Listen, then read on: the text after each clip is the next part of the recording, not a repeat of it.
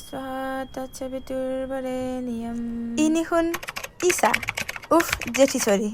उहाँ चाहिँ एकदमै धेरै संस्कारी सुशील भित्र पर्छिन्। बिहान बिहानै को हो फेरि सुत्नै नदिने? र उहाँ हुनुहुन्छ ईशा र अर्को पनि छ है, अर्कोको पनि मम्मी हुनुहुन्छ, रोक्नुहोस् है।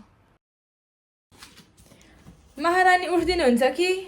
घर सफा गर्न पर्यो, उठ्नुहोस्। 12 बजिसक्यो। अनि यसो कोठामा के गनाउँछ मुसा मरेको जस्तो?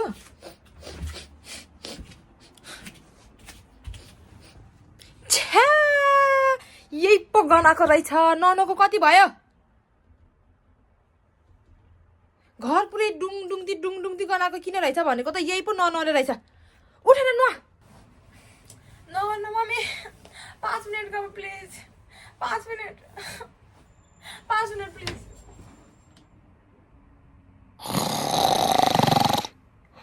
र ऊ चाहिँ हो मनिषा। ईशा र मनिषा चाहिँ ठ्याक्कै उल्टो स्वभावका छन्। 12 बजीसम्म नसुत्त सुँगुर्नी बाहिर गएर हेर, ढोका खोल्दे। मैले नै हेर्नुपर्छ त। भर्खर उठे मान्छे। अब सुरु हुन्छ क्लाइमेक्स।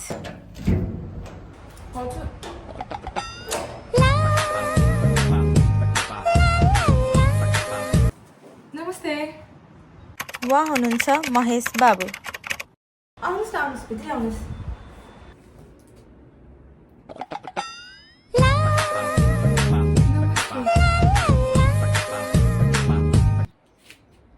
बाबुलाई त चिनिन त मैले, के लागि आउनु भयो? ए बसौँ आउनुहोस्, भित्र बसौँ।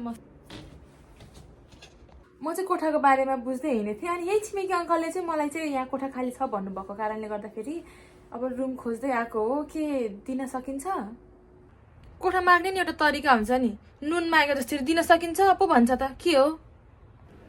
हे, 2 जना हुर्केका छोरीहरू छन्। अब के गरौँ, यो केटालाई कोठा दिउँ कि नदिउँ, राम्रोसँग सोचबुझ गर्नु पर्यो, अनि बल्ल सोचेर डिसिजन लिनु पर्यो। कस्तो बवाल ह्यान्डसम थियो यार त्यो केटा।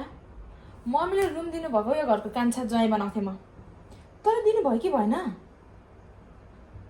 मम्मीलाई सोध्नु पर्यो यार, मलाई थाहै छैन त। आज घरमा आउनुभएको केटामा केही न केही त्यस्तो कुरा थियो कि।